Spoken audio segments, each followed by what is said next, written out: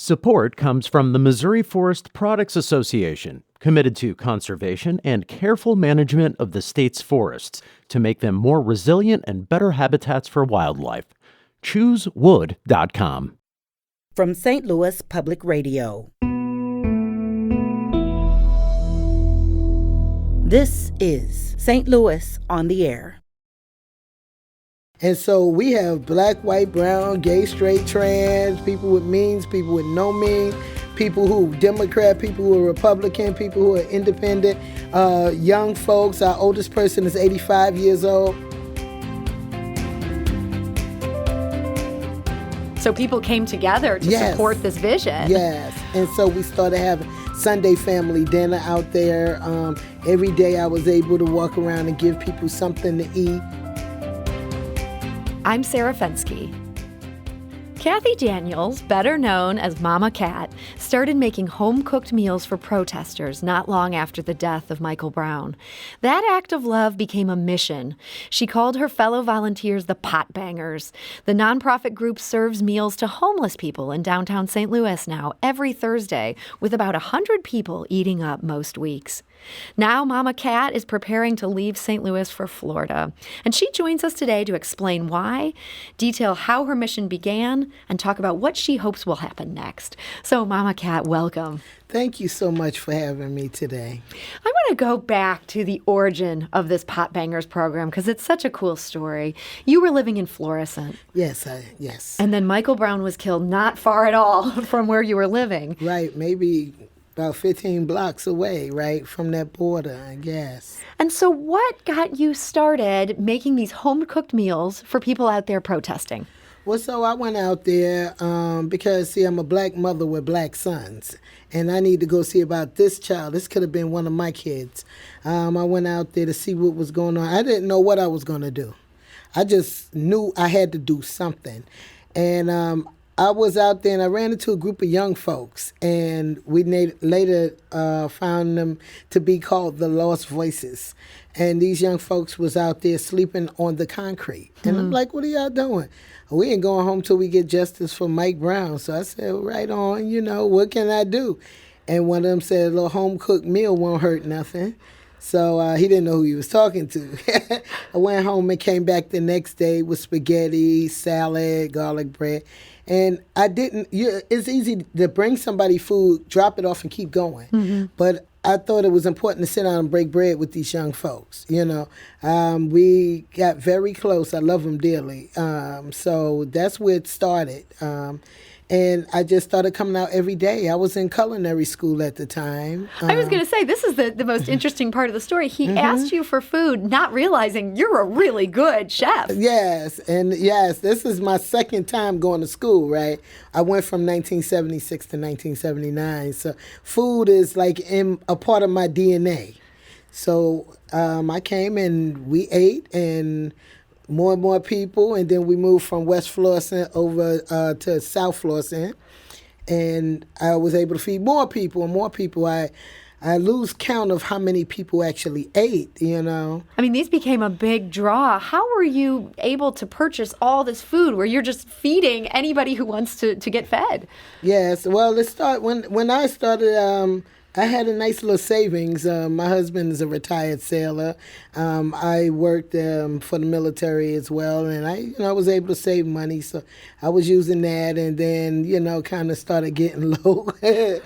Husband wasn't too happy, but he understood. He know who his wife is, and he support the work, and then other people started coming and bringing things, and the community is awesome. Mm-hmm. So people came together to support this vision. Yes. And so we started having Sunday family dinner out there. Every day I was able to walk around and give people something to eat. My husband, like I said, is retired from the military. I'm getting ready to go next month and watch my daughter retire from the Navy. From the military? Wow. Yes, 22 years. So I know that a soldier can't win a war hungry.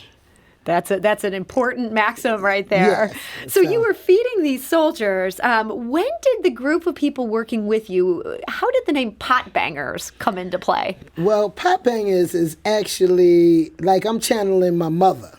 right? My mother was a pot banger, right?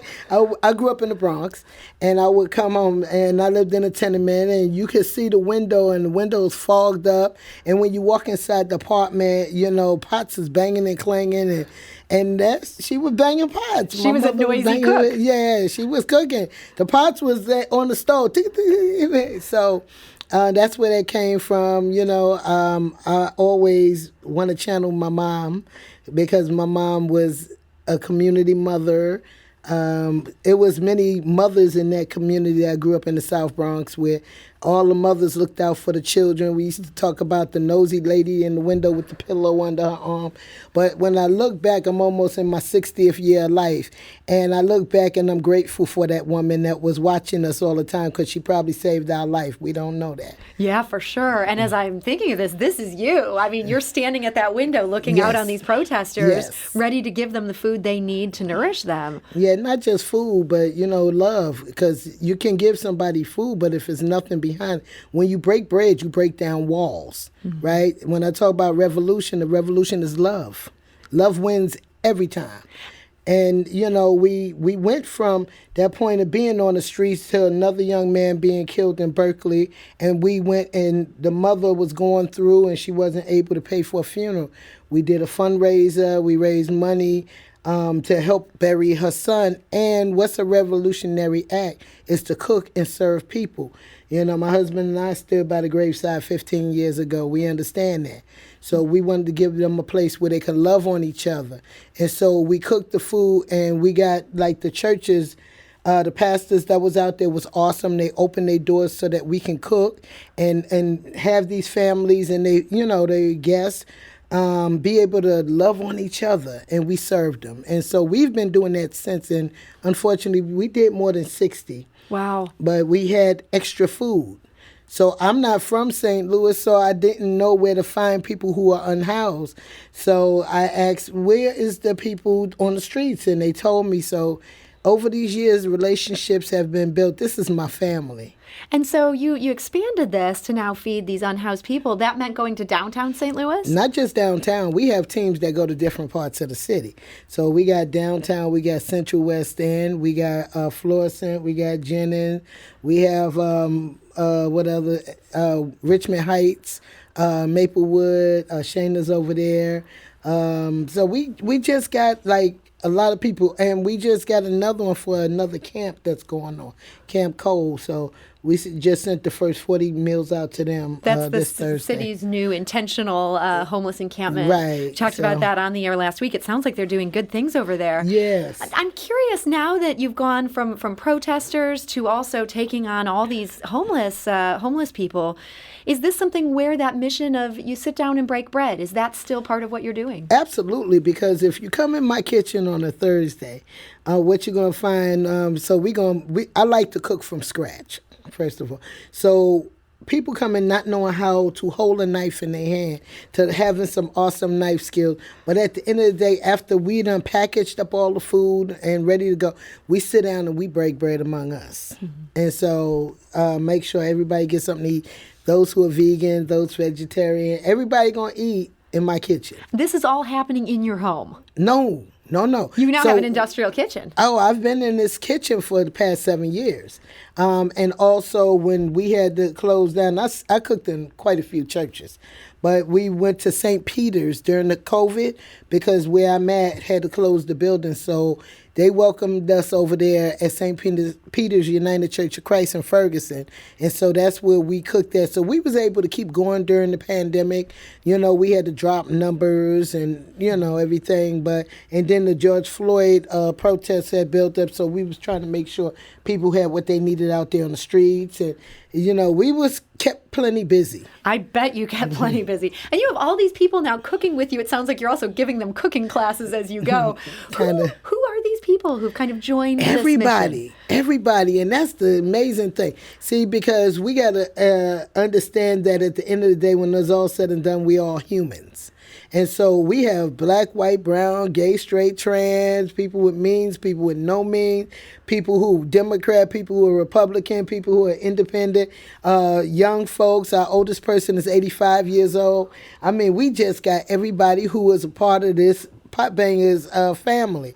And some people, I may not see them for a year and a half, but then they pop back up, so that's the thing about a volunteer corps. People come because they come with their heart. Mm-hmm. When you got to pay somebody, sometimes you're not going to get all that love that come out of there. But I have a young man that Joe leads the crew downtown, right? Joe is phenomenal. And, he is excited about it. He go to work every day and get off of work and he at the kitchen. Ariel been like channeling me, and, they is working on trying to, be in charge of the kitchen when I, do what I got to do. So I got amazing. My vice president is the president of Eden Seminary, Deb Krause. Adam Lane, my treasurer is the treasurer of the city. He been our treasurer first. That's right. You got him, and then he got appointed to that job at the city. Yes, so you built amazing. up kind of this whole infrastructure. This thing, this beautiful family. It runs on passion, but you also have some organization behind it. Yes. Michael, my secretary.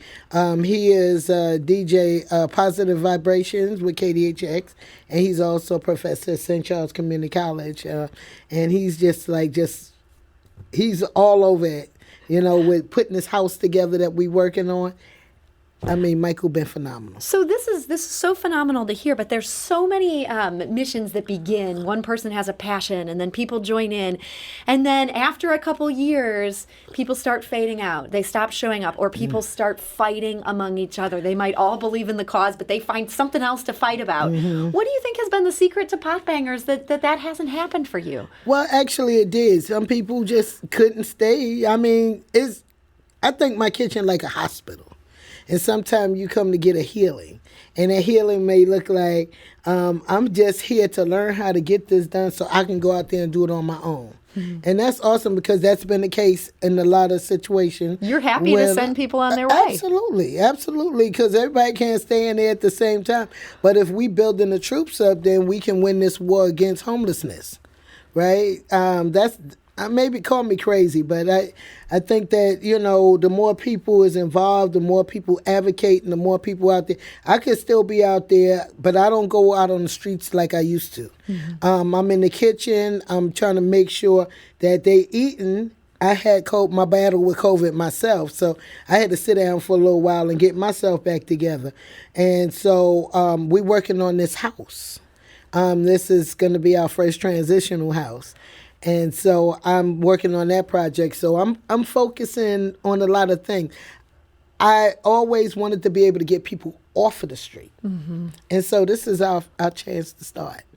We're talking to MamaCat Daniels, real name Cathy Daniels. Everyone calls her MamaCat. She's the founder of Potbangerz. You can get more information about their work at potbangerz.org. Talking about just the remarkable growth of this organization.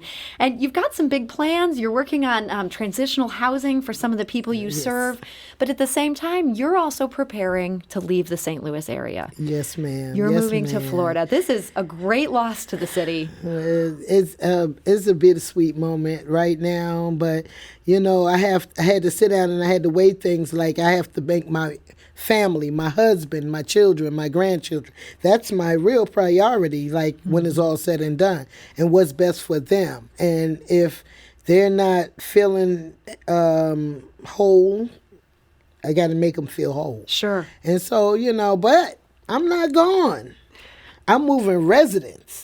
I'm not going nowhere. So, and Potbangerz has got a lot of exciting things coming up. It's some things that I can't bring to you right now, but we're gonna be keeping it moving, and we're gonna do it with so much love, and we bringing so much love to the table. It's going to be awesome. So you're moving to Jacksonville, Florida. Yes. And this is, it sounds like it's for family reasons. Yes, it is. And you've also been suffering some health problems. Yes. After I had COVID, dealing with the stenosis, it expanded. Like, I can't even, really put my head up, because it's so much, But it's just a lot, and dealing with my legs. And so I feel like I need to be able to just take some time, push back, enjoy my life because, I'm doing too much.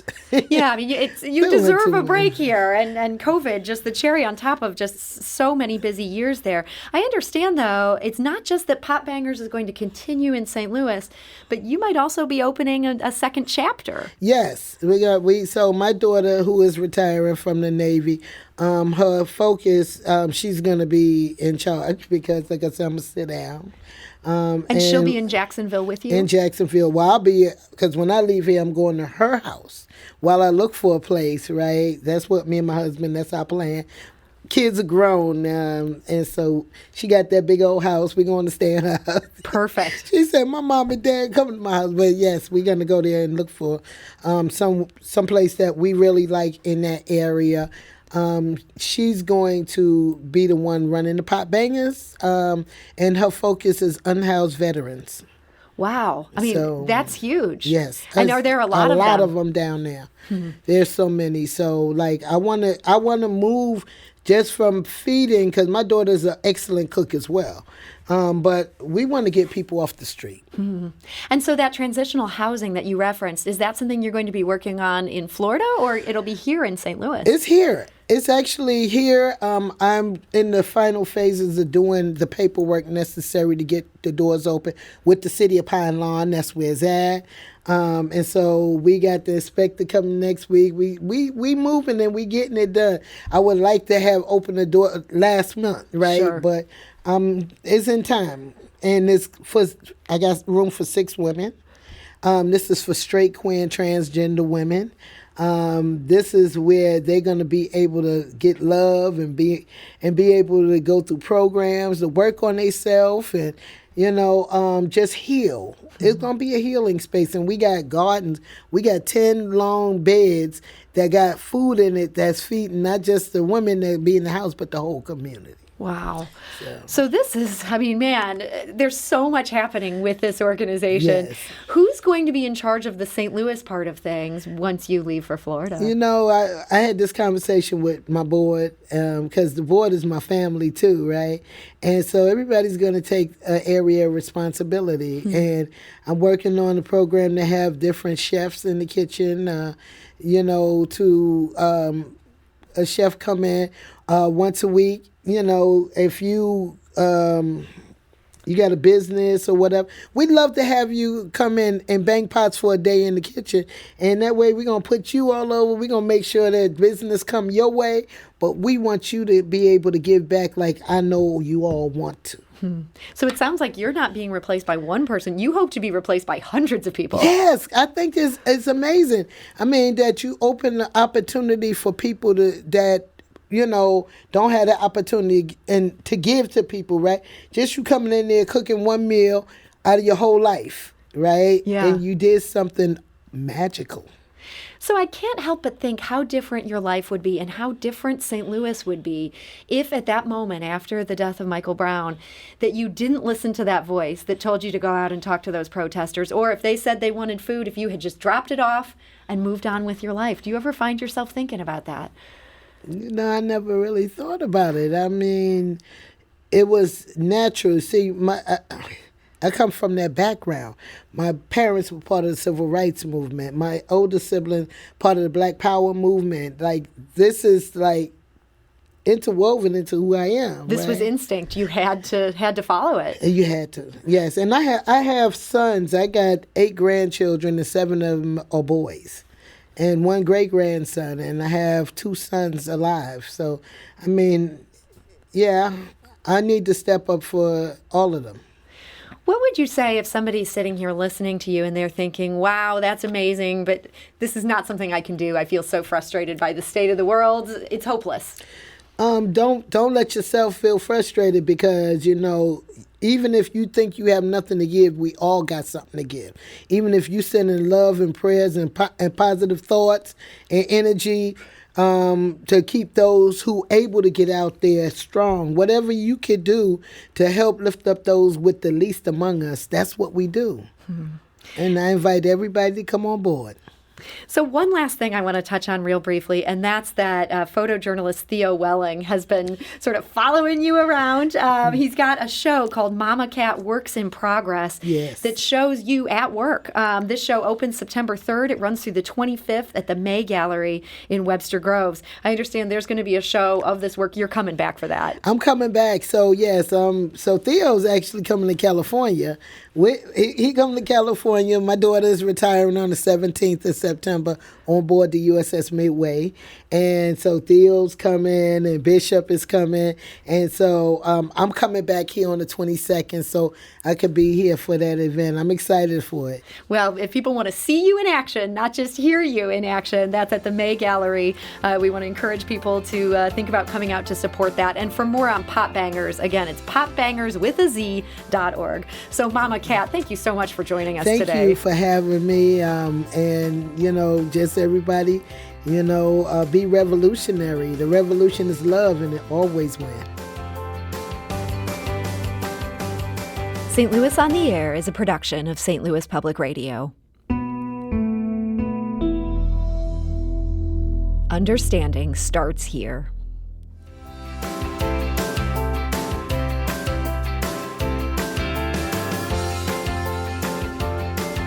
Do you find yourself regularly listening to episodes of St. Louis on the Air? Suggest us to a friend you think might enjoy our conversations. And leave us a review and rating on Apple Podcasts on the App Store. It's the simplest way to help people discover our show. Thanks.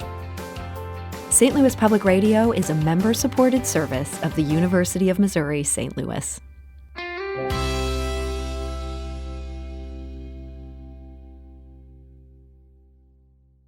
Support comes from the Missouri Forest Products Association, providing more than 41,000 jobs in the production of wood pallets, railroad ties, white oak barrels, hardwood floors, and more. Details at choosewood.com.